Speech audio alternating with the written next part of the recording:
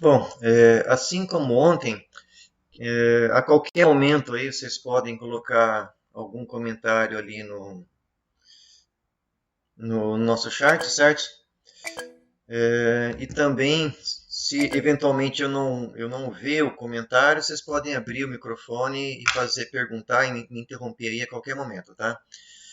Às vezes, no meio da apresentação, eu acabo não prestando muita atenção no chat, então pode ser que às vezes eu demore um pouquinho para responder alguma pergunta que tiver no chat, tá?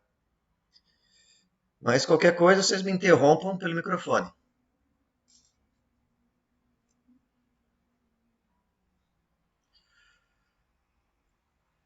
Bom, são 8 horas, certo? Só estamos aí com 13, 11 alunos. Mas de qualquer forma, vamos começar a aula então. Bom, normalmente a nossa aula de laboratório de conversão são duas turmas que nós dividimos em duas. E a primeira turma assistiria as 3 primeiras aulas e a segunda turma as 3 últimas.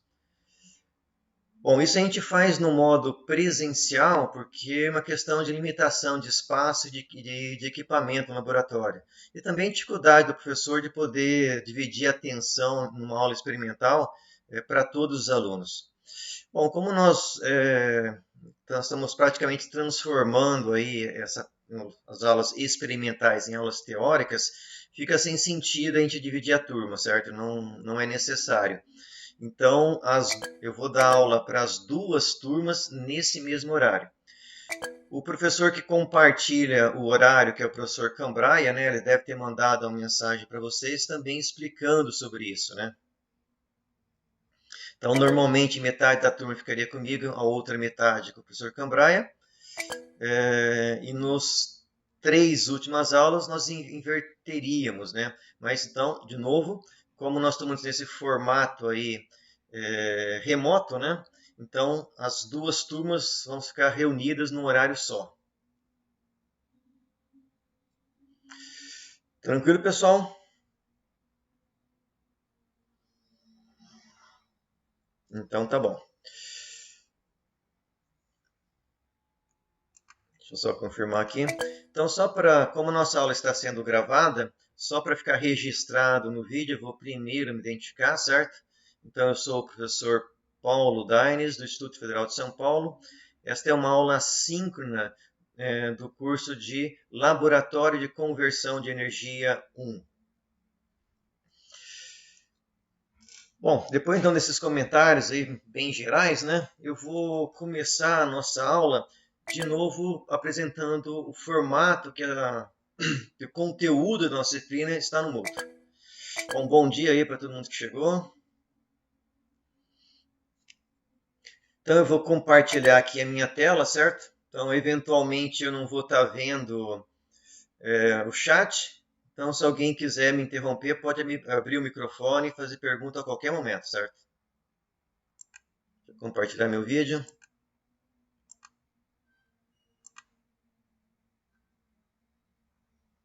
Beleza. Bom, então todo o conteúdo da nossa disciplina ela está disponível no Moodle, certo? Tem um primeiro aba de introdução. Nessa aba da introdução, nós temos aqui algumas informações aí gerais da disciplina, certo? Então, primeira coisa,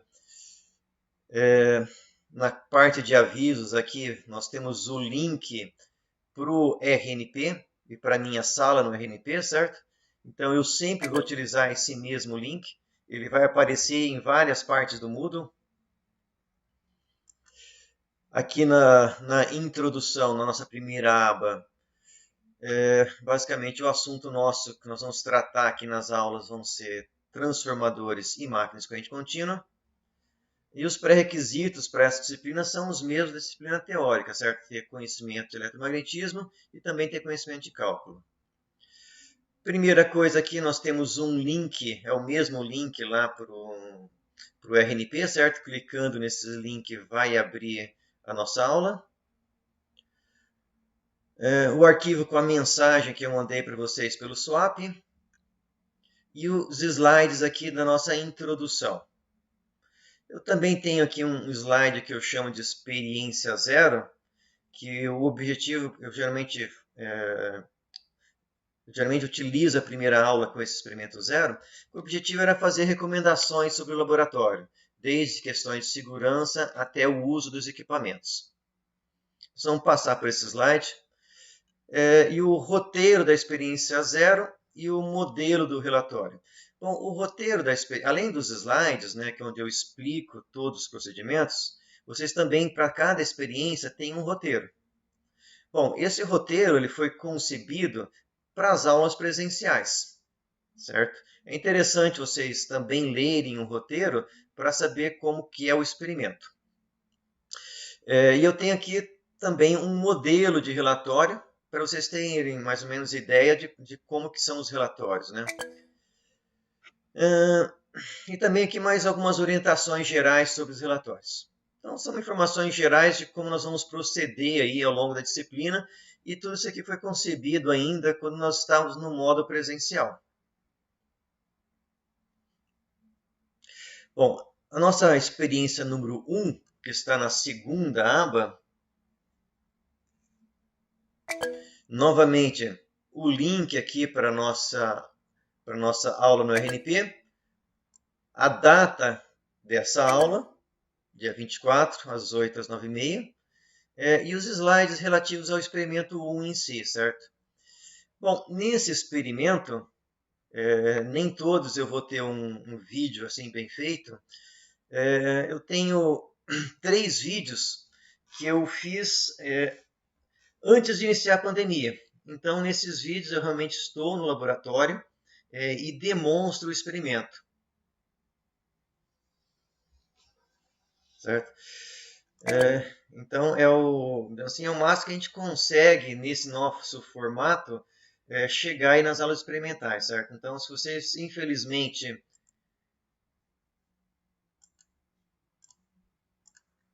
Deixa eu parar de compartilhar um pouco. Infelizmente, nós estamos transformando as aulas experimentais em aulas teóricas. E o máximo que a gente consegue fazer aí, para vocês terem não ter um prejuízo, né? Vocês vão ter alguns vídeos onde eu vou estar fazendo o experimento lá no laboratório. Como boa parte desses vídeos foram feitos antes da pandemia, quando eu tinha acesso aos laboratórios, infelizmente nem todos os experimentos eu tenho esses vídeos já preparados. Eu vou ver se agora eu consigo preparar mais alguns vídeos e no Instituto. O acesso é meio restrito no Instituto ainda, mas eu quero ver se eu ainda consigo ir no Instituto e gravar mais vídeos realmente mexendo nos equipamentos para vocês poderem estar observando. Tranquilo até aqui, pessoal? Dúvidas? Então, só lembrando, né, qualquer momento aí vocês me interrompam, certo? Eu vou voltar então a compartilhar a tela.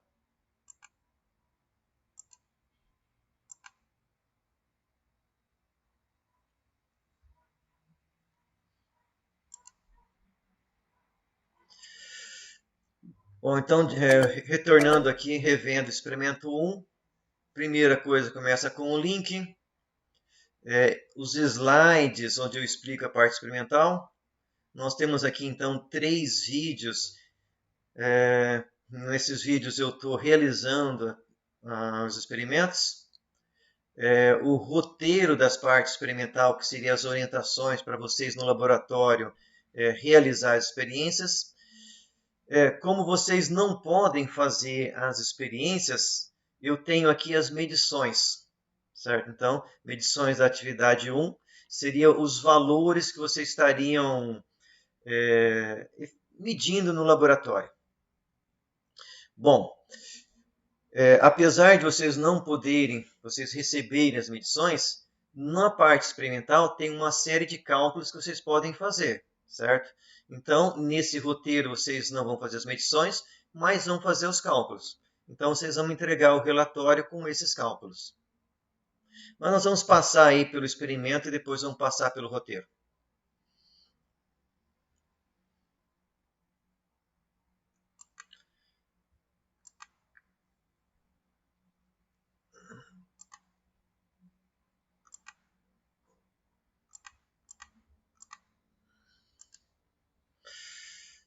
Tudo bem até aqui, pessoal? Então, eu vou começar a passar pelos slides.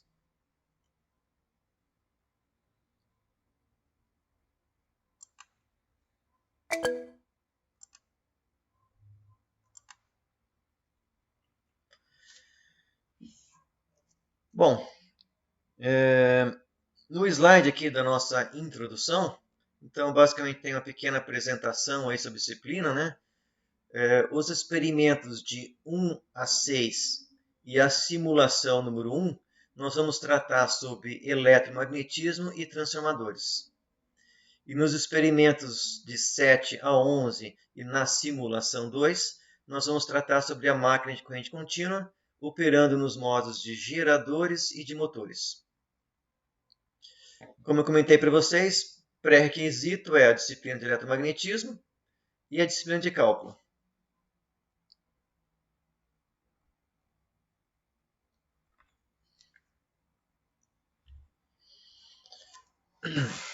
A bibliografia é a mesma da nossa aula de conversão de energia na parte teórica, né? E aqui nós temos então as senhas aí para acesso tanto da nossa disciplina teórica quanto da nossa disciplina de laboratório.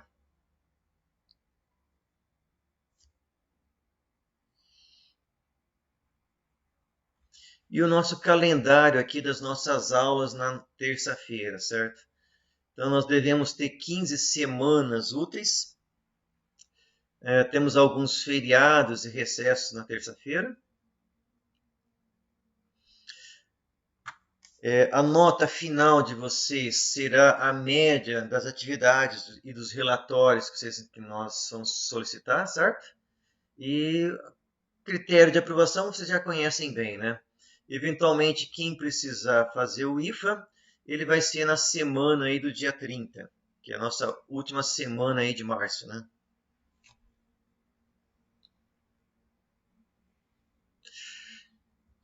E aqui uma previsão aí das nossas aulas, certo? Assim como na aula teórica, nós vamos ter aulas síncronas alternadas com aulas assíncronas, certo? Então, a aula síncrona, nossa aula de hoje, né? Nós estamos conversando aí sobre a introdução e vamos falar sobre o experimento número 1. E nas aulas assíncronas, vocês vão ter somente conteúdos gravados e também algumas atividades. Sempre no dia das aulas assíncronas, eu também vou estar disponível aqui no RNP, certo? Para tirar dúvidas. Então, eu sempre recomendo que vocês façam ou vejam os vídeos da aula, para se precisarem tirar alguma dúvida, eu vou estar aí disponível.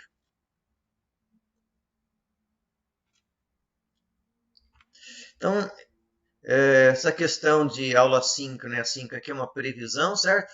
Pode ser que a gente faça alguma alteração aí ao longo do semestre.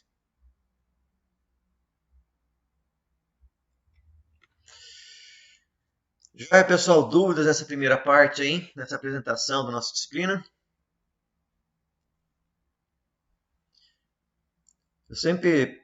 Beleza. É sempre importante, de vez em quando, vocês me deem uma realimentação aí, para eu saber que vocês estão na sala, que o sistema está funcionando, vocês estão me ouvindo, certo? Senão eu fico no escuro aí. Algumas atividades dos relatórios será feita em grupo? Sim. A princípio, as atividades podem ser feitas em individual, para quem preferir, mas podem também ser feitas em dupla. No laboratório, geralmente a gente usa grupos de 3 ou 4, mas aqui eu vou permitir que vocês façam em duplas.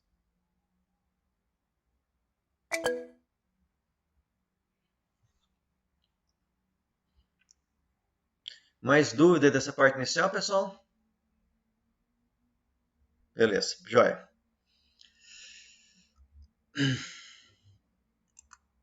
Então eu vou passar um pouco mais rápido nesse experimento zero. Bom, nesse experimento zero, em geral, eu faço as medições no laboratório e o objetivo maior mesmo é comentar sobre questões de segurança, certo?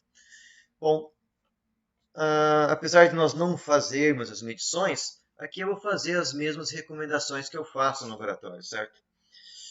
Bom, No laboratório, nós estamos mexendo com eletricidade, nós mexemos com tensões que vão 110 volts até 220 volts, então existe um certo perigo nessas atividades, certo?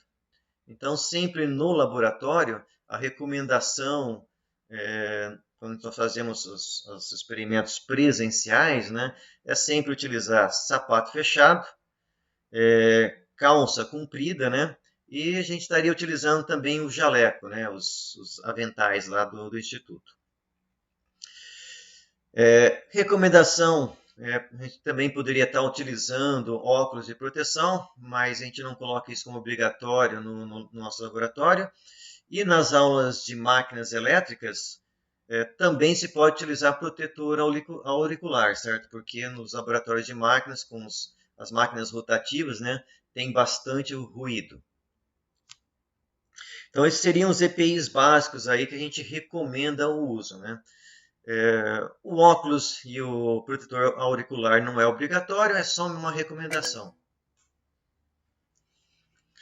Bom, nesse primeiro experimento, e esse tipo de recomendação de EPIs, para quem for trabalhar em ambiente industrial, é a norma, certo? Toda empresa vai ter seus regulamentos, dependendo da área fabril, você pode precisar utilizar capacete. Então, tudo depende do risco envolvido na área, certo?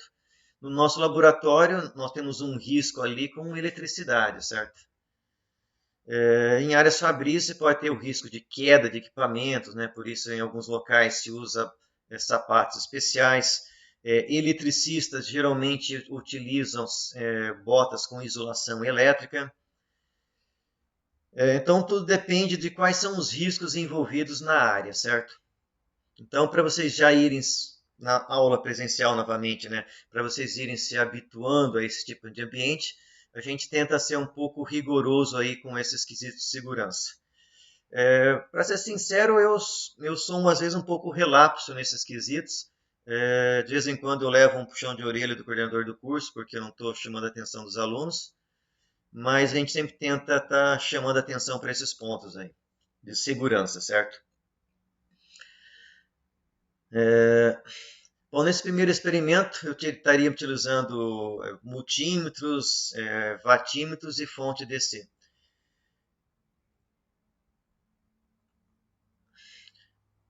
Bom, eu sempre vou começar os experimentos comentando uma pequena parte teórica, certo?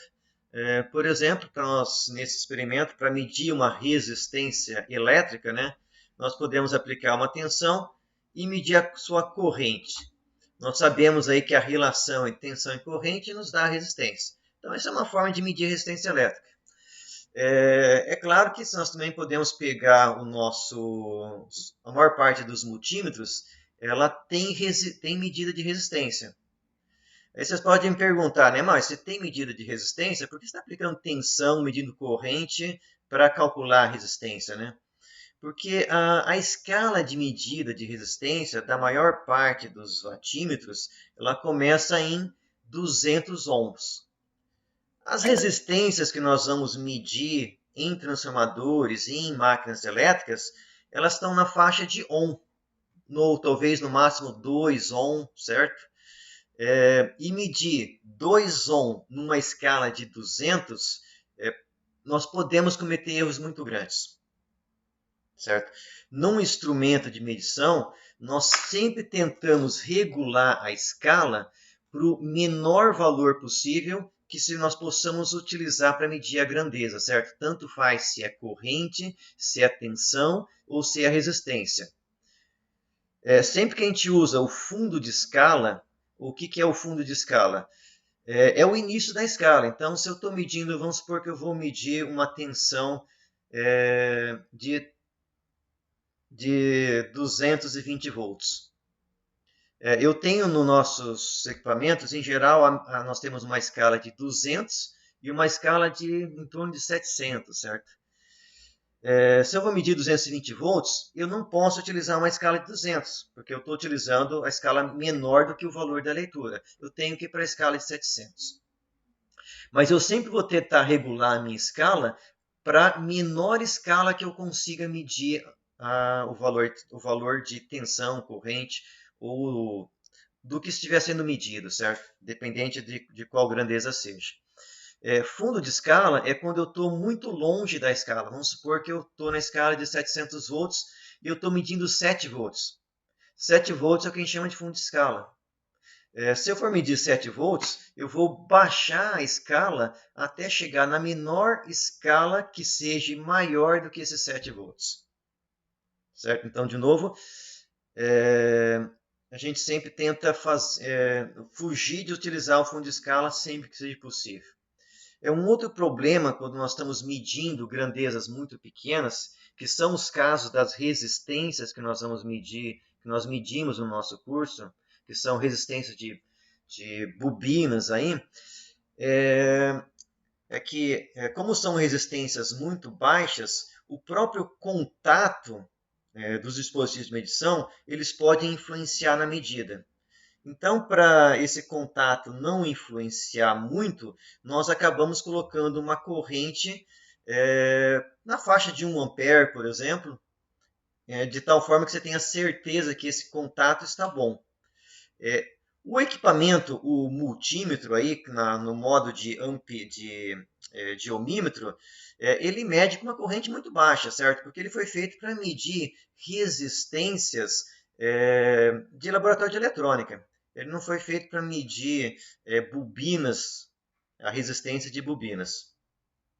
Então, para isso, quando nós formos medir resistência aí, de bobinas, tanto para transformadores quanto para motores, nós vamos aplicar tensão e corrente, certo? E sempre uma corrente que não seja muito baixa, uma corrente entre 1 e 2 amperes. É claro que você tem que ter certeza que a tua bobina suporta essa corrente, certo? Tem que sempre ter alguns cuidados aí. Então, o objetivo básico desses comentários é mostrar que a gente pode obter essa resistência de diversas formas, certo? Se eu estiver também medindo potência, eu também posso calcular a resistência pela forma que a potência é igual a tensão ao quadrado pela resistência. Então, se eu isolo a resistência, eu consigo calcular o seu valor. Ou pela potência e pela corrente ao quadrado, eu também consigo aí calcular a resistência, certo? Então, tem várias formas de a gente estar obtendo essa resistência através de medições indiretas, né?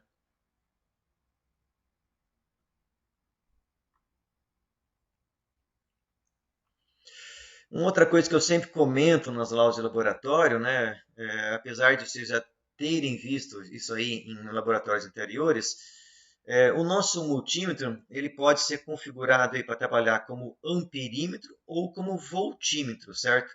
Então, sempre lembrar que o amperímetro eles têm que estar em série com a corrente, que vai alimentar a carga. E o voltímetro sempre em paralelo ou com a fonte, né, ou com a própria carga. Bom, apesar de eu ter colocado aqui o voltímetro em paralelo com a fonte, não faz diferença eu colocar o voltímetro em paralelo com a fonte ou aqui em paralelo com a carga, certo? Por quê? Porque a impedância do amperímetro é muito baixa, como se fosse um curto-circuito. Então, eu conectar esse voltímetro aqui ou do lado de cá do amperímetro não faz diferença.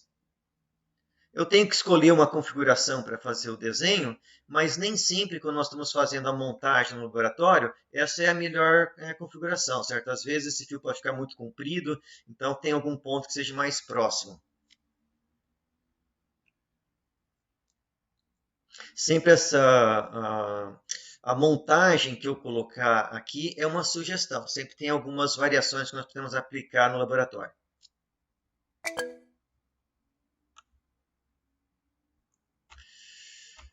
E se nós estivermos medindo potência, o watímetro é um dispositivo que tem que a gente chama de bobina de corrente e bobina de tensão em um único equipamento. Então, essa nossa bobina de corrente tem que ficar em série com a corrente, como o amperímetro, e a bobina de tensão tem que ficar aqui em paralelo, ou seja, medindo a tensão da carga que nós vamos medir, certo? Então, é assim que nós conectamos um watímetro. Bom, no nosso laboratório nós temos alguns vatímetros bem antigos, certo? Analógicos, mas nós também temos alguns alicate vatímetros, que são equipamentos mais modernos. Esses alicate vatímetros, eles fornecem uma série de medidas. Eles podem medir a corrente, podem medir a tensão, eles medem potência ativa, reativa, fator de potência, né? Então, esses alicates vatímetros são equipamentos mais modernos e são bem potentes. O problema dos nossos de alicate, vatímetro, eu não acho que eu não estou com figura de nenhum, numa próxima aula eu vou trazer uma figura, que em geral eles são feitos para medirem correntes muito altas, correntes maiores que 100 amperes, 200 amperes. Temos alguns alicate vatímetros ali que medem 700 amperes. E os nossos experimentos de laboratório geralmente medem no máximo 5 amperes. Em geral vai ser 1, 2, em alguns casos 5 amperes. De novo, se eu estou medindo 5 amperes com um equipamento que mede 700, eu estou medindo no fundo de escala. Então, uma solução que... Então, em geral, esses nossos alicate vatímetros, que são equipamentos mais modernos, eles não são muito apropriados para a ordem de grandeza que a gente mede em laboratório, certo? Eles são equipamentos para medições industriais. Mas nós vamos demonstrar o funcionamento dele, certo? Para vocês terem saber mais ou menos como a gente utiliza esses equipamentos.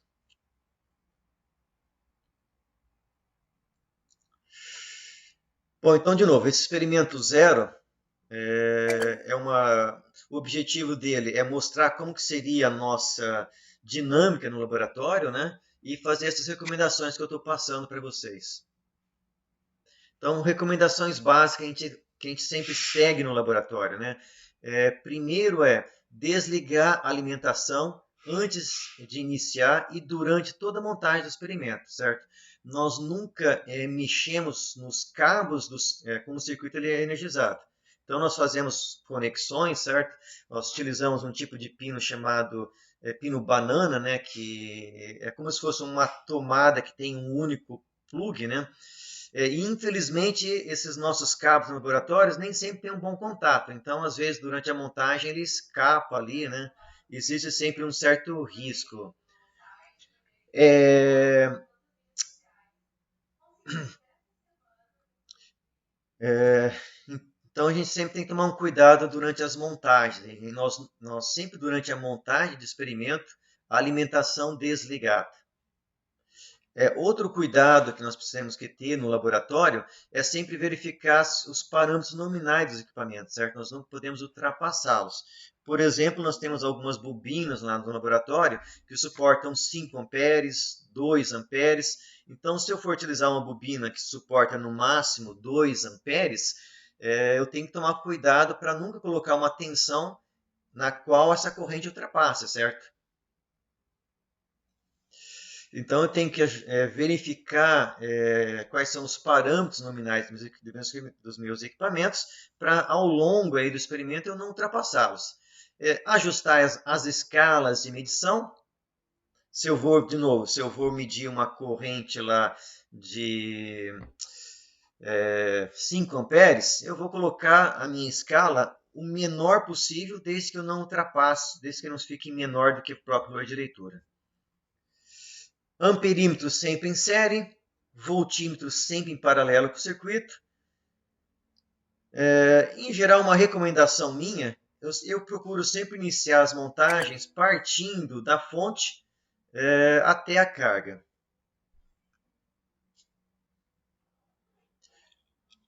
Na sequência tem as explicações do que vai ser medido.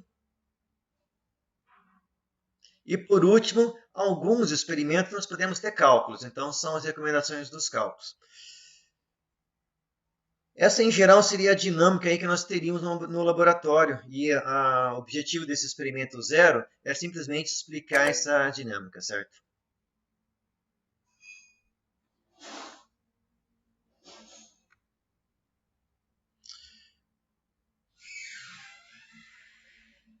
Uhum. Tranquilo até aqui, pessoal?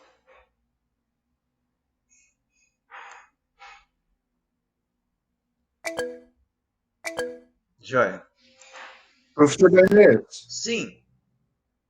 Bom dia. Bom dia, Pedro. Com relação a esse experimento zero, vai ter algum relatório, algum resumo, alguma Hum, coisa para apresentar ou não? Não, não vai ter. Inclusive, nesse experimento zero que está no. Vou colocar aqui. No experimento zero, que está aqui na aba de introdução do Moodle, se vocês têm um modelo de relatório, certo?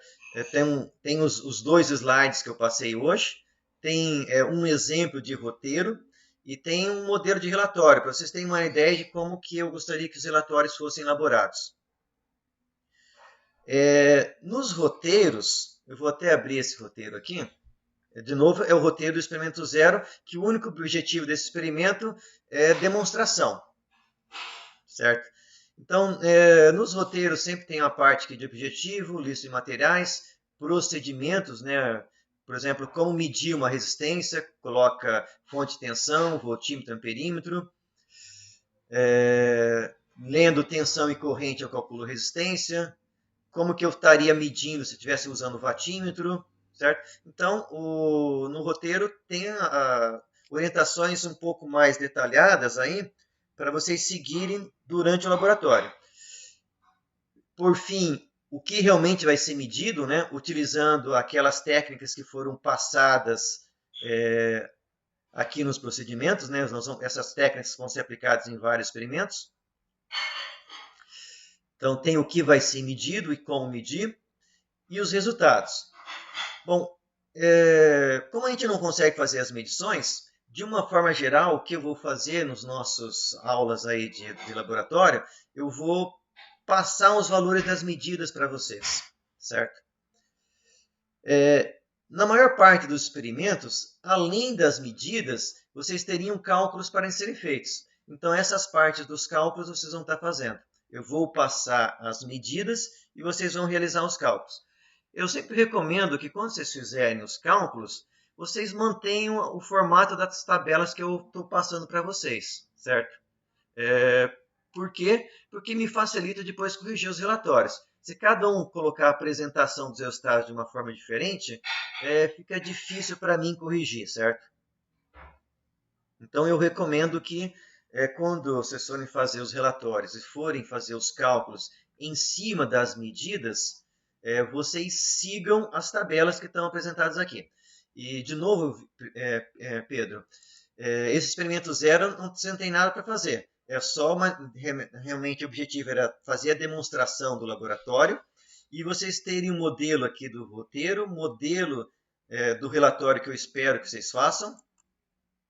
Então, aqui, por exemplo, o modelo do relatório, né? Capa, uma pequena introdução que, para ser sincero, eu não gosto que a introdução passe de uma página, que o nosso objetivo aqui não é tanto a parte teórica, né? Mas sim a parte experimental. As medições eu vou estar passando para vocês, né? E vocês estariam fazendo os cálculos. E eu gostaria que vocês mantivessem aqui os resultados nas mesmas tabelas que eu estou propondo para vocês no roteiro, certo? Nesse experimento, os cálculos são resistências, né? O cálculo de resistência.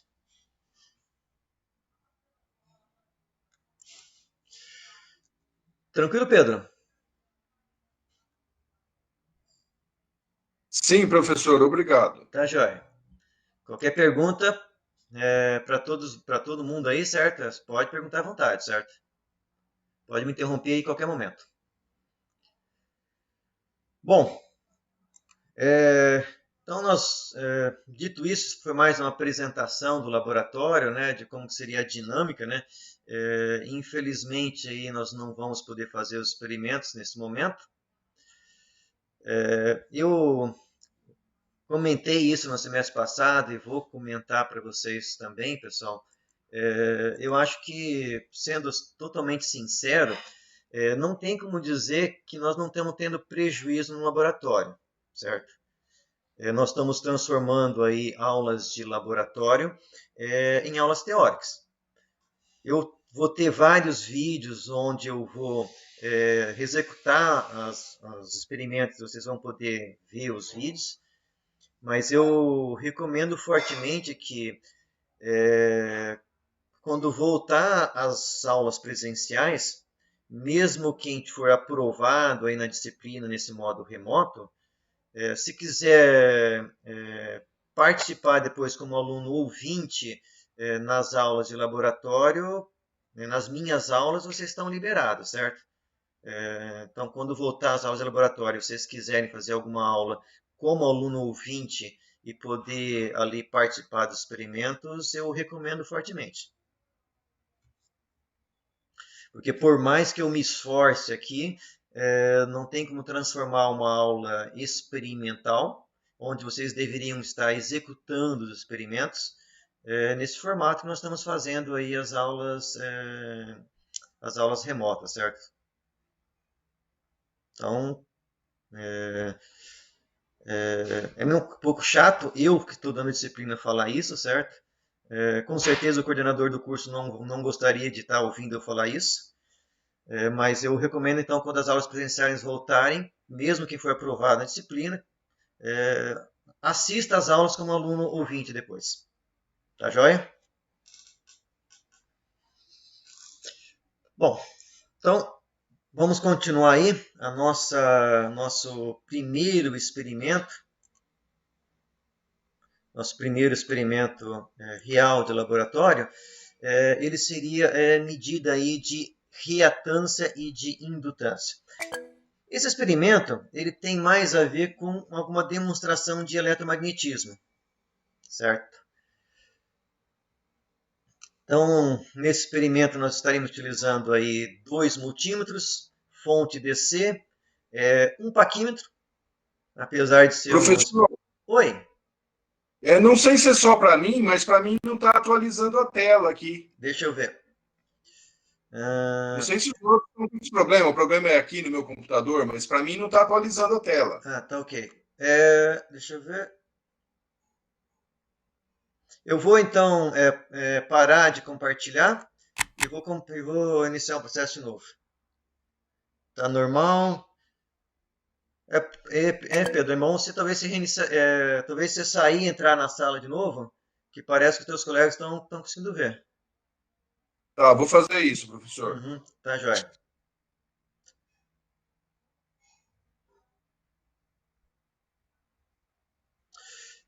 Bom, vou compartilhar a tela novamente.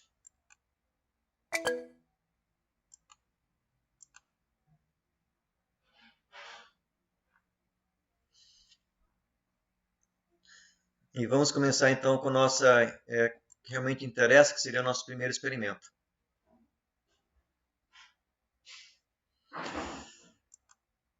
Uhum.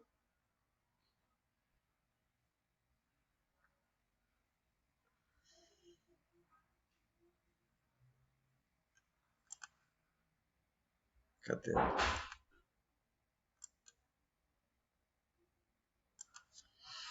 Bom, então nesse primeiro equipamento, apesar de ser um laboratório de eletricidade, né, nós também utilizaremos o paquímetro. Então esses seriam os equipamentos que estariam pegando no almoxerifado, certo? No laboratório nós temos mais alguns equipamentos que nós estaríamos utilizando. Pedro, você já voltou aí?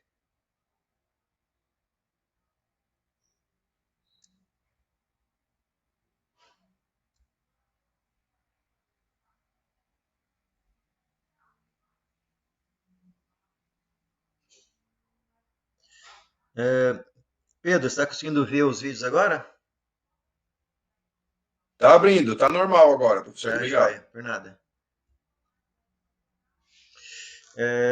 Então, nesse laboratório, nós também estamos utilizando o regulador de tensão, que é um varivolt, uma bobina de 500 espiras e um núcleo magnético. Esse núcleo é composto de 2 partes, certo? Uma parte que eu chamo de I e outra parte de U pelos seus próprios formatos. E nesse experimento, nós estaríamos medindo a resistência e a reatância da bobina. Então, uma bobina elétrica, deixa eu até ver se eu tenho uma foto dela aqui. Tenho, beleza. Antes de avançar lá, vamos comentar sobre a bobina. Então, uma bobina elétrica, ela é um fio de cobre enrolado, certo? Nesse caso aqui, essa bobina tem, essa aqui tem, dá para ver aqui, tem 250 espiras. Nós tínhamos dois tipos de bobina no laboratório, na verdade três, certo? Com números de espiras diferentes. Então, uma bobina nada mais é do que um fio de cobre enrolado, certo? Bom, quando a gente olha aqui essa bobina de lado, né, parece que o fio está curto-circuitado, certo? Mas esse fio, ele tem uma pequena isolação elétrica que é acordado por uma resina, certo? Que isola um fio do outro. Essa isolação é bem fina, né? Por que ela pode ser fina? Porque entre uma espira e outra, a diferença de tensão é muito baixa. Da primeira espira até a última, a diferença de tensão vai ser 110 a 120 volts. Mas entre espiras, essa diferença é pequena. Então, essa isolação é suficiente. É claro que no laboratório eu não recomendo que ninguém toque aqui, certo? A princípio, você não levaria um choque, mas sempre existe o risco dessa proteção ter falhado e eventualmente alguém tomar um choque aqui, certo? Então ninguém, apesar de existir essa isolação, ninguém toca nessa bobina aqui quando ela está energizada, certo? Bom, o nosso circuito magnético, conforme eu comentei para vocês, ele é composto de duas partes. Uma primeira parte que eu chamo de I, que é essa parte superior, e uma outra parte que eu chamo de U, pelo seu próprio formato aqui, certo? Então nós podemos pegar essa bobina, encaixar aqui, essa parte é desmontável, certo? Então eu consigo remover essa parte superior e inserir uma ou mais bobinas. Então esse equipamento serve... Oi? Que todos os sonhos se realizem, que todos os objetivos sejam alcançados, que você continue essa pessoa maravilhosa. Opa! Acho que eu vi uma falha aí, pessoal. Sem problema, acontece, né? Mas não foi aqui comigo não, viu? Vamos lá, pessoal. Vamos seguir em frente.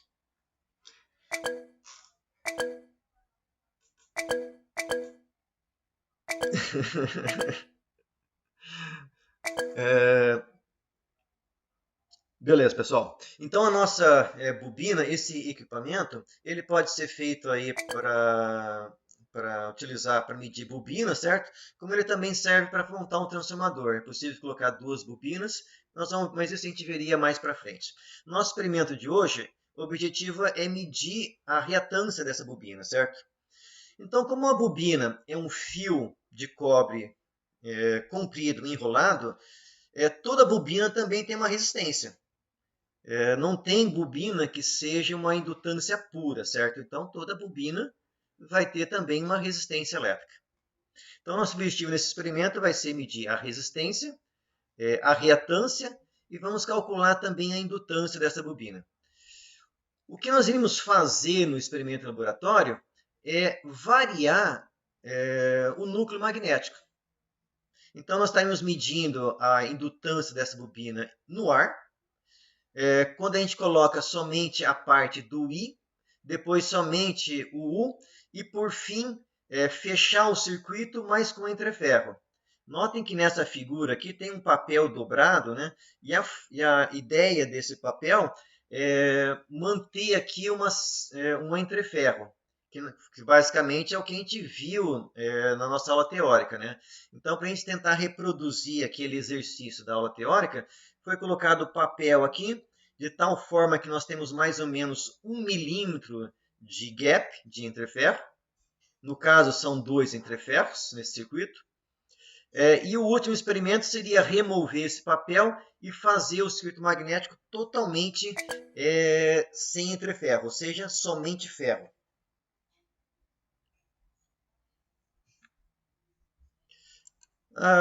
Aqui para vocês eu tenho as dimensões aí desse núcleo magnético, né? No laboratório vocês estariam medindo. Então o circuito magnético com e sem entreferro. Nesse caso aqui o experimento eu estaria recomendando vocês utilizarem 1 milímetro. Como a gente obtém esse 1 milímetro dobrando o papel, ele não é muito preciso. Então, alguns poderiam ter 2, outros um pouquinho menos de 1 milímetro, né? Por isso é necessário medir. Então, aqui nós temos toda a dimensão desse núcleo magnético, tanto do I quanto do O. Tá? Nos slides vocês podem ver com mais detalhe depois.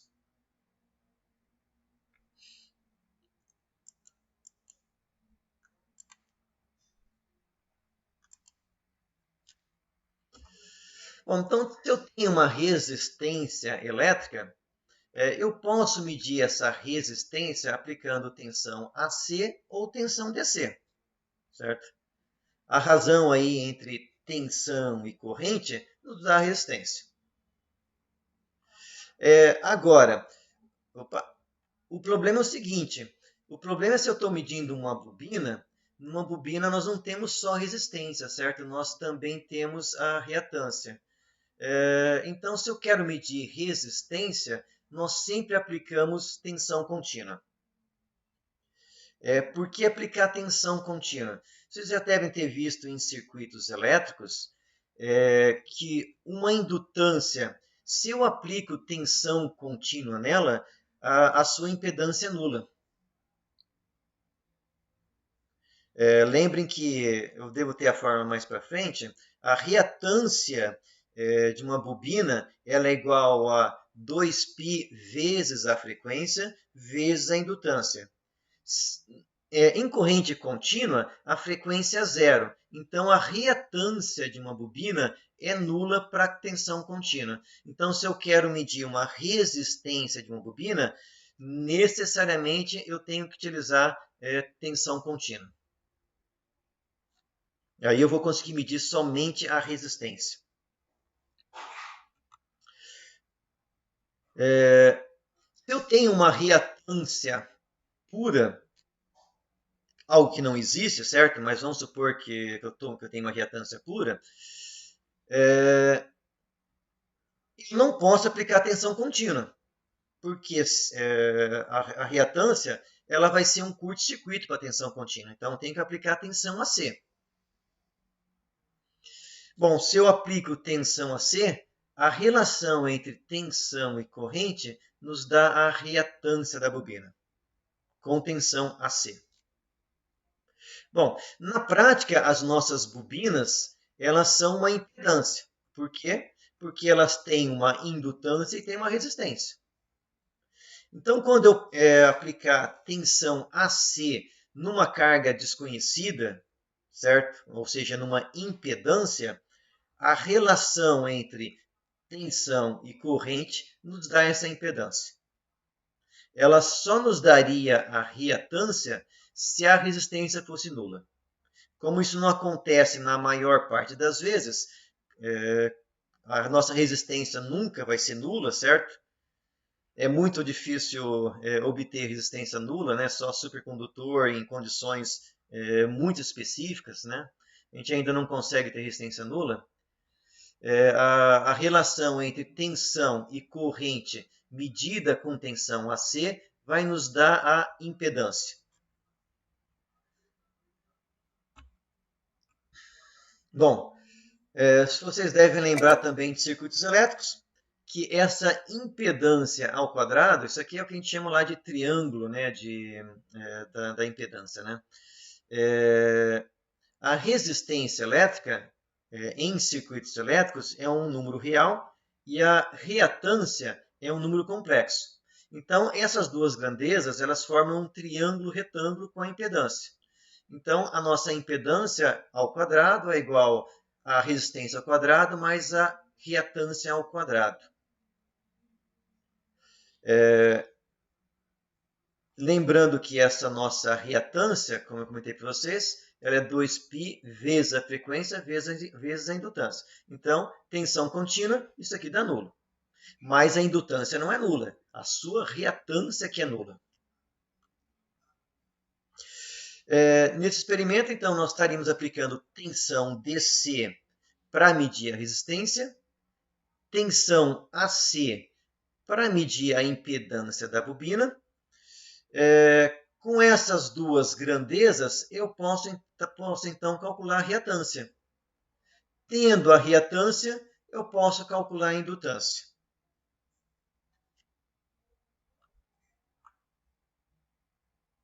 Bom, então aqui nós temos uma impedância, certo? Que é o modelo elétrico da nossa bobina. Então nós sabemos que a nossa bobina tem uma resistência elétrica e tem também uma reatância.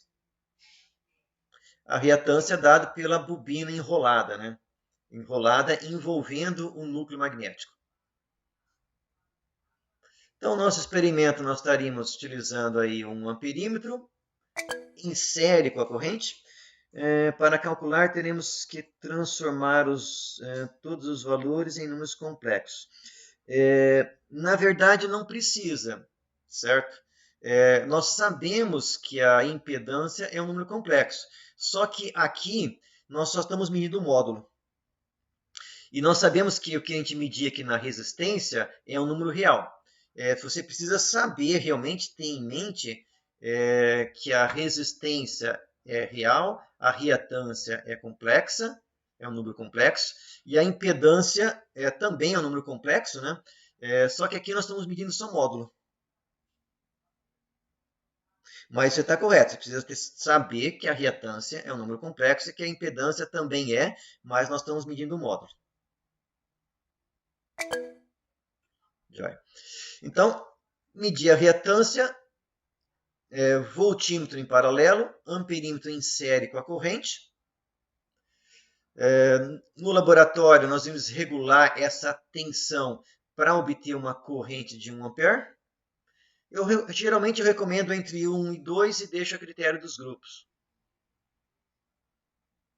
Depois nós mudamos de tensão AC para DC e praticamente não desmontamos o experimento, né? Só tomar cuidado com as escalas, que tem alguns voltímetros e amperímetros que precisam, que a escala é manual, né? Então tem que tirar de escala C para a escala DC. Quando a gente utiliza a tensão DC, a reatância é um curto-circuito.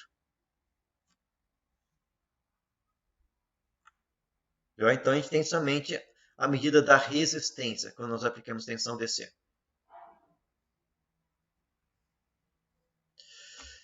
Bom, então, relembrando aí, né? Quando eu aplico tensão AC, vai surgir na minha bobina uma corrente que está atrasada em relação à tensão. Então, numa bobina, a corrente sempre está atrasada. O quanto ela vai estar atrasada? Depende da relação entre a resistência e a indutância, certo? Se eu conhecesse esse ângulo, eu posso pegar a projeção dessa corrente na direção da tensão.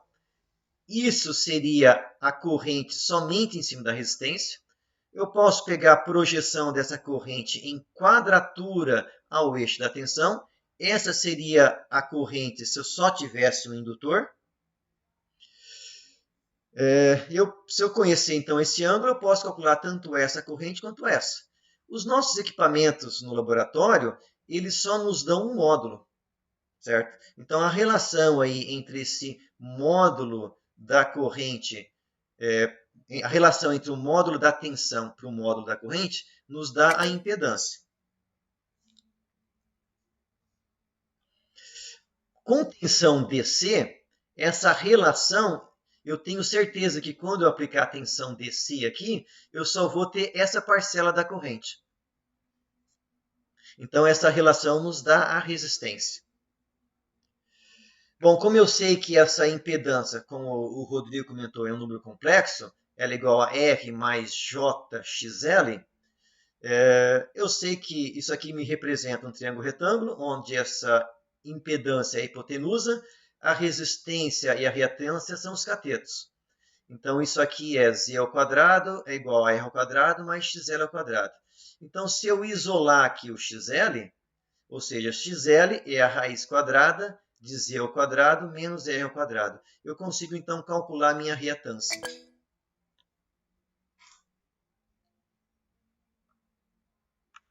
E conhecendo a reatância, devia ter colocado a fórmula aqui, a gente consegue calcular a indutância.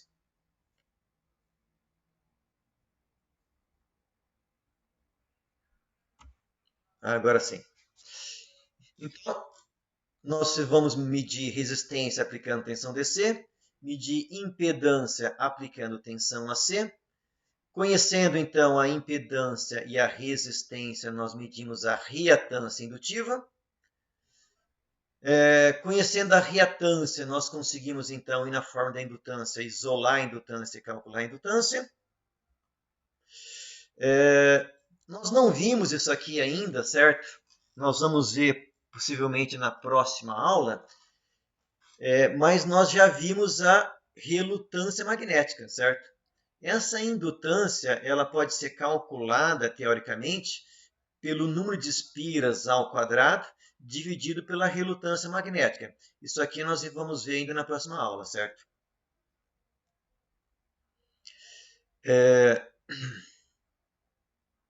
Bom, se eu conheço o número de espiras e conheço a indutância, eu calculei a indutância aqui, né? Eu posso calcular essa relutância magnética.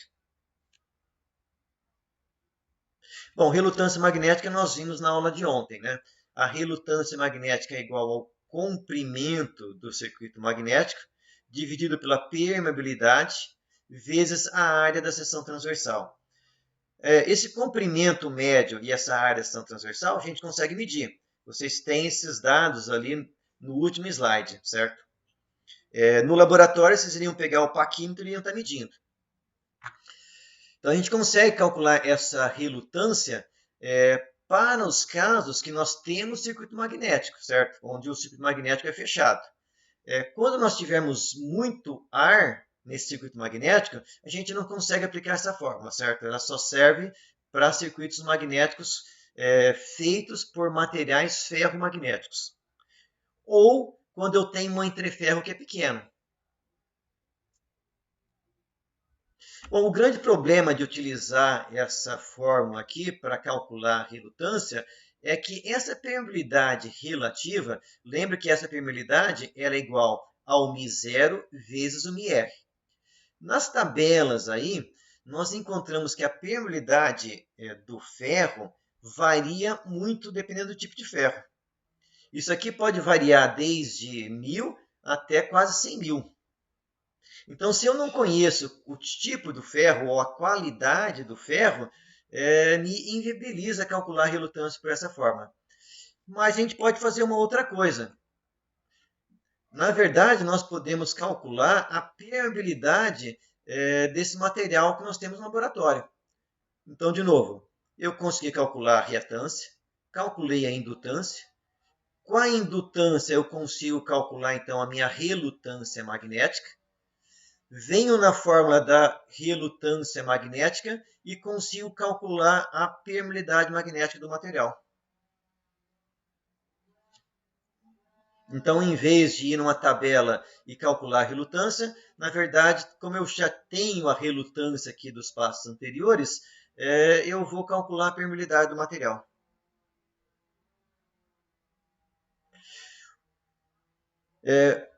Como a permeabilidade relativa é a razão entre a permeabilidade do material em relação à permeabilidade do ar ou do vácuo, eu consigo então obter a permeabilidade relativa do material da minha bobina, ali, do núcleo magnético da bobina. Então, revisando, né? No laboratório nós estaríamos então medindo aí tensão e corrente. Num primeiro momento, nós poderíamos estar usando uma fonte AC, depois a fonte DC, certo? Com fonte AC, a gente mede a impedância. Com fonte DC, a gente mede somente a resistência.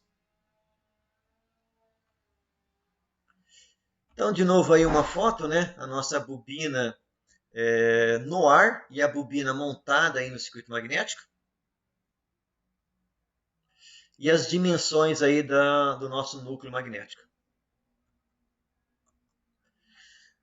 Bom, no nosso experimento, o nosso objetivo era medir o quanto varia a reatância da bobina variando o circuito magnético. Então, no primeiro momento, nós estaríamos medindo essa resistência sem núcleo magnético. Então, até para comparar o que eu comentei para vocês ali do multímetro e de medir essa resistência aplicando tensão e corrente DC, então, no primeiro momento, nós também estaríamos utilizando a medição pelo multímetro, para comparar o erro que a gente obtém aplicando tensão e corrente. E a gente sempre aplica uma tensão de tal forma que a corrente fique entre 1 e 2 amperes. Qual que é o valor dessa tensão? Eu não sei, certo? A gente começa aplicando tensão zero, vai aumentando a tensão bem lentamente e vai medindo a corrente. Quando obtiver uma corrente entre 1 e 2 amperes, nós estaríamos fazendo a medição. Aplico 1 ou 2. Eu sempre deixava isso aí a critério das equipes.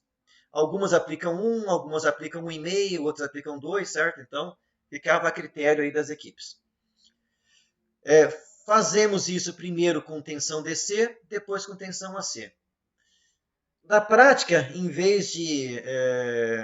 na prática, era mais fácil fazer todo esse procedimento com tensão DC, depois todo esse procedimento com tensão AC.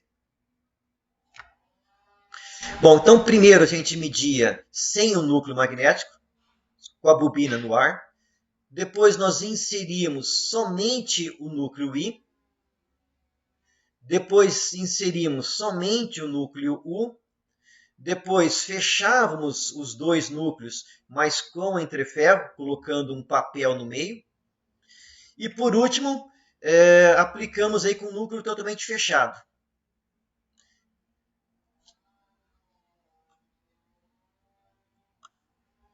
Bom, para cada um desses casos, nós calculamos aí a resistência, calculamos a impedância, tendo resistência e impedância, a reatância, depois a indutância. Isso nós fazemos nos itens de 1 a 5. Nos dois últimos itens, nós também vamos calcular a permeabilidade magnética do ferro. Essa permeabilidade magnética do ferro, nós só conseguimos calcular no item 5, que é o caso onde só tem ferro. Bom,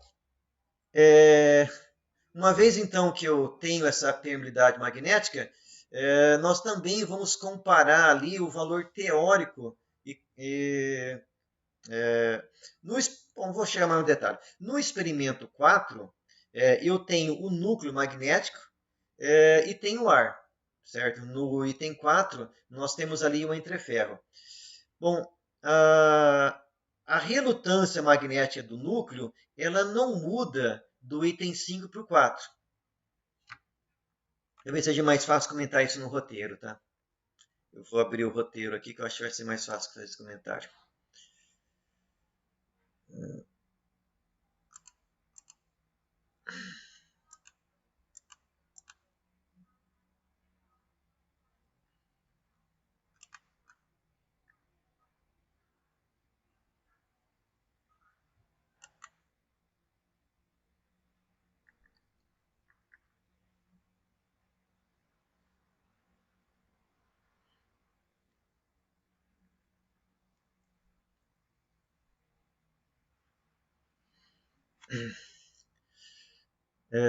Então, o que nós vamos calcular aqui, certo? Bom, a primeira coisa que nós iremos descobrir ali no nosso experimento, tá? É que a resistência elétrica da nossa bobina, ela não varia se a bobina, no primeiro caso, é núcleo de ar, e no segundo caso é o núcleo I, certo? Então, essa resistência da bobina, ela independe do núcleo magnético. Uma resistência da bobina, do que depende? Do comprimento do fio e da área de seção transversal do fio. É isso que depende a resistência elétrica do fio, certo? Ela independe do núcleo magnético. Então, a resistência, nós estaríamos calculando somente nos dois casos. Eu sei que para todos os demais casos, a resistência vai continuar constante. Porque a resistência elétrica do fio não depende do circuito magnético. Agora, a reatância e automaticamente a impedância, nós iríamos ver que varia muito. certo? Quanto mais ferro eu tenho no meu circuito magnético, menor vai ficando essa impedância. E maior vai ficando desculpa, eu estou invertendo. Quanto mais ferro nós tivermos no circuito magnético, maior vai ficar a reatância magnética. Eu, de novo, estou confundindo. Maior vai ficar a relutância magnética. Essa relutância vai aumentando. E a impedância vai caindo.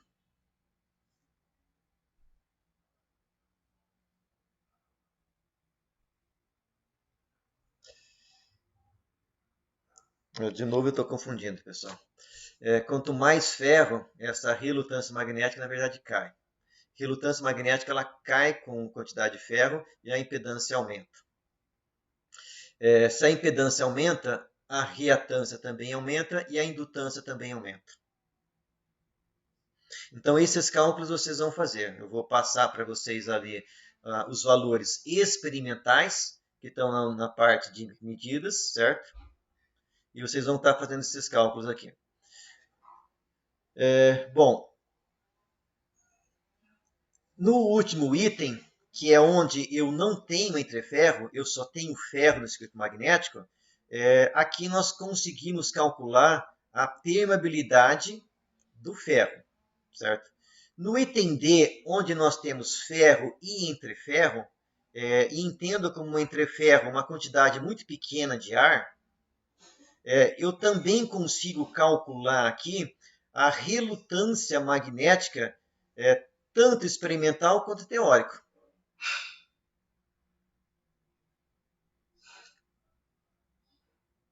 Tá joia? Então, tendo os dados experimentais que estão aqui nas medições da atividade 1, então, primeira coisa que eu gostaria que vocês notassem é que quando eu aplico tensão e corrente AC, se eu variar o núcleo de ferro, eu não tenho nenhuma mudança na resistência, certo? Porque a resistência não depende do núcleo magnético.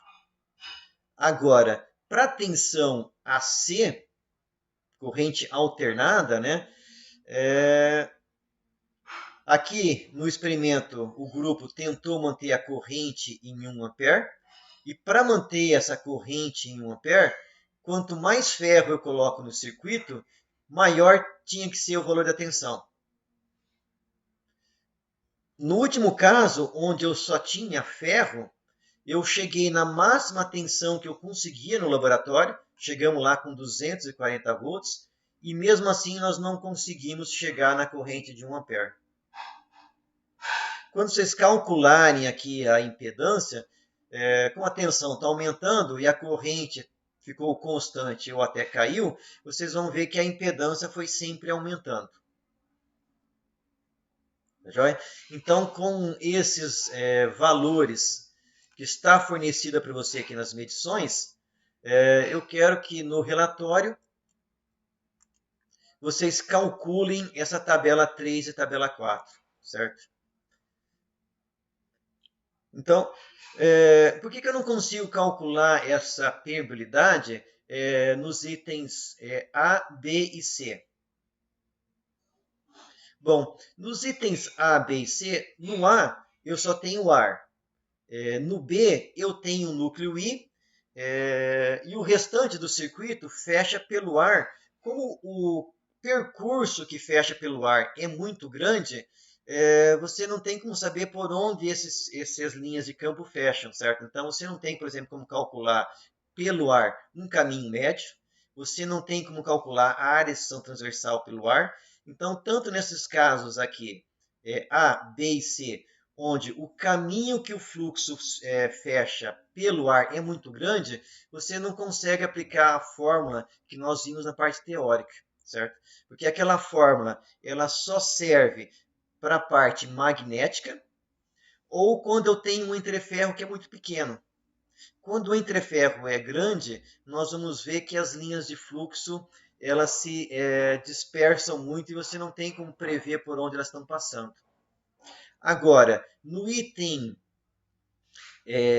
D e E, onde nós temos um pequeno entreferro, onde nós só temos núcleo magnético, aí nós conseguimos aplicar a fórmula que nós vimos na parte teórica.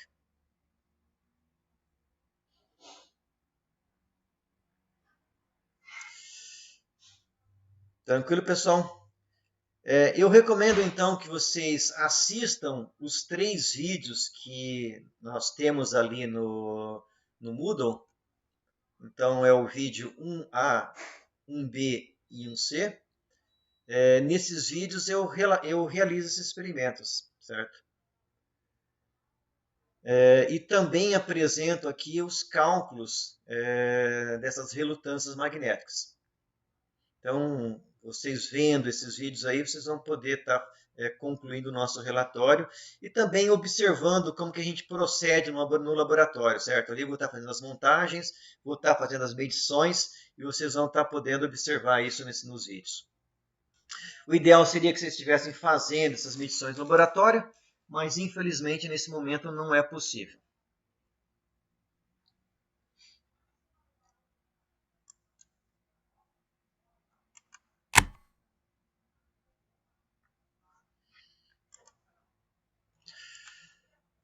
Tranquilo aí, pessoal? Dúvidas aí? Ok. Eu sei que vão surgir dúvidas, certo? Então, semana que vem, nesse mesmo horário, nós não vamos ter aula síncrona, certo? Mas eu vou estar disponível, vou estar aí das 8 até as 9. Vou estar aqui online no sistema aí do RNP. Dúvidas que vocês tiverem, vocês podem vir aí e tirar, certo? O prazo para vocês estarem entregando aí o relatório, certo? É de 1 semana. Então, o limite aí para vocês estarem entregando é dia 1º do mês que vem. Olhando aqui o calendário, é 1º daqui a 1 semana. Bom, contando aí que pode ter problemas, né, na internet, eu sempre aceito os relatórios com até um dia de atraso. Então, o sistema vai ficar aberto para vocês entregarem até o dia 2. Mas eu recomendo porque vocês não contem com o dia 2, porque o dia 2 já é atrasado. A data é 1 semana. E eu sempre deixo mais um dia de tolerância, contando que no dia 1º pode ter algum problema com a internet.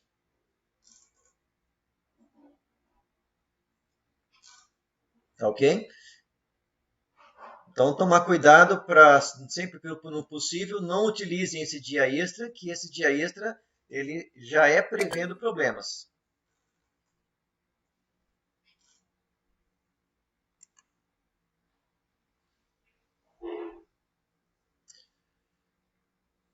Certo, pessoal?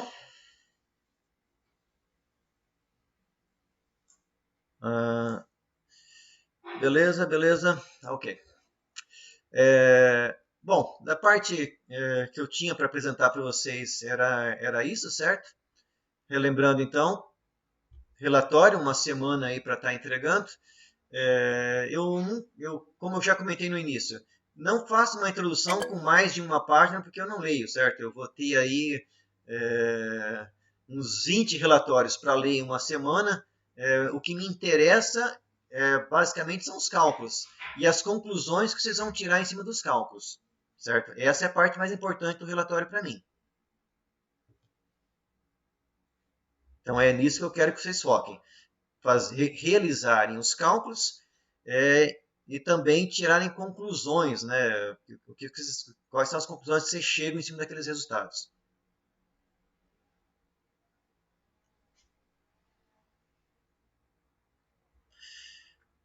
Bom, pessoal, então se vocês não tiverem dúvidas, mais alguma pergunta, nós vamos estar então encerrando aí a nossa... Oi? O senhor me escuta direitinho? Escuta. Eu tenho uma dúvida, mas é em relação à matéria de ontem. Uhum. Será que o senhor pode esclarecer? Posso. Então, vamos fazer o seguinte, Matheus. Eu só dispensando os demais alunos, certo? Nós estamos, então, encerrando a nossa aula de laboratório. Quem quiser ouvir aí a dúvida do Matheus, pode ficar, certo? Mas então, nossa aula de hoje de laboratório está já encerrada. Tá ok? Até a semana que vem para quem já quiser ir saindo da aula. É Matheus, né? Isso. Então, Matheus, qual que é a tua pergunta? Ontem eu tentei fazer aqueles exercícios que são propostos na apostila que o senhor Uhum, disponibilizou para gente. certo.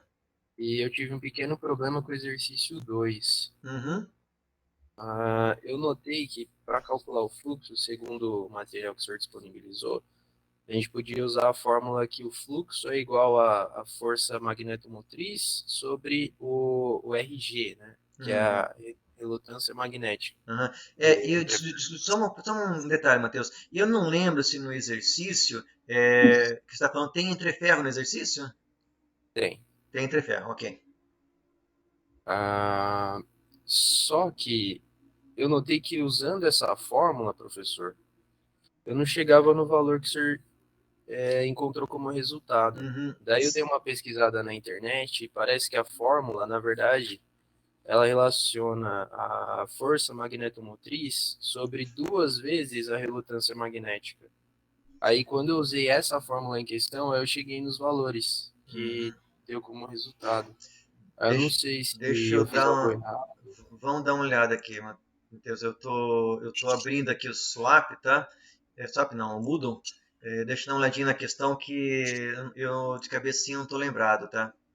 É o exercício 2 que está na página 25. Uhum. Ah, tá. Uhum. Mas não é o exercício da atividade. Não, é o exercício do material que o senhor disponibilizou, aqueles Ah, ok, que é ok. só para praticar mesmo. Ah, tá jóia. Deixa eu chegar lá.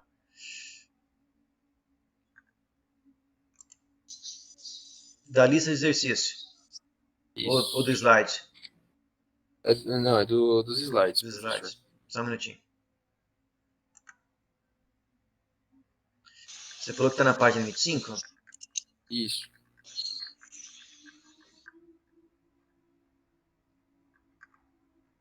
Uhum. Certo. Eu vou até compartilhar aqui a tela para a gente fazer o raciocínio junto aí. Ok. Esse aqui, né? Esse mesmo. Uhum, ok. A estrutura magnética baixa representa uma máquina síncrona. Supondo que o ferro do rotor do estator tenha permeabilidade infinita, encontrem o fluxo. Bom, nesse caso aqui, o detalhe é que na verdade nós temos dois entreferros, né? Ah, Então nós sim. temos um entreferro aqui e um entreferro aqui. Ou a gente considera que tem só um entreferro com o dobro do tamanho. Se eu Sim. considerar que a relutância magnética, o comprimento dela é 2 centímetros, e tomar cuidado também, né, que aqui é uma pegada, né, as unidades têm sempre que estar em metros, sistema internacional. Se a gente Quando... aplicar, isso é tranquilo, né, Joia?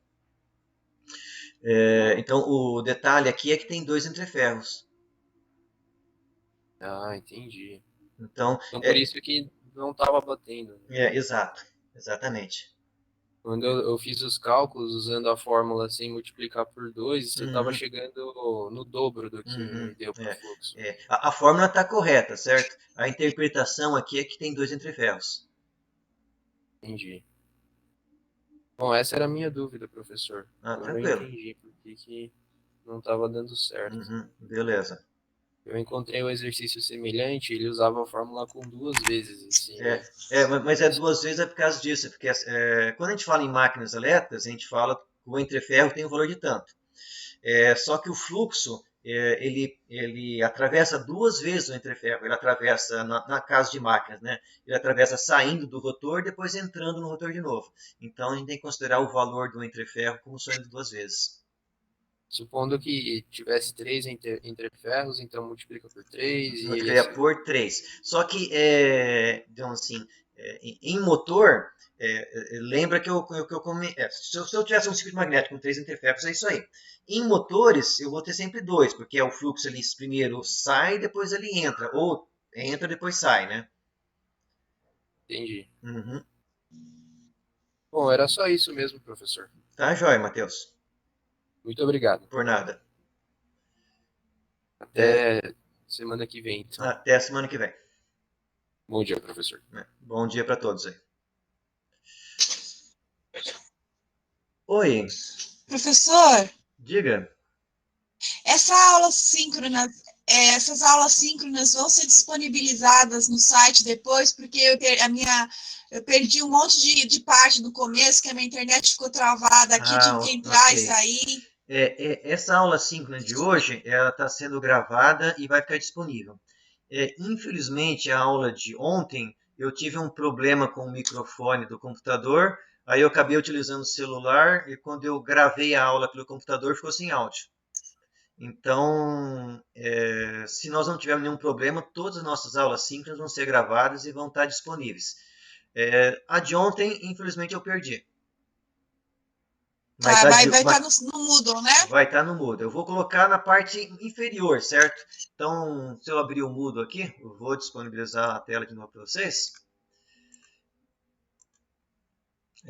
Então, por exemplo, vou para a nossa aula de laboratório.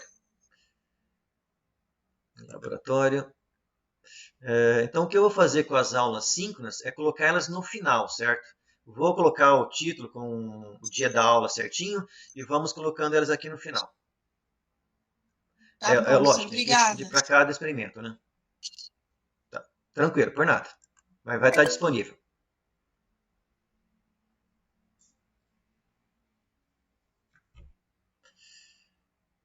Pessoal, mais alguma pergunta?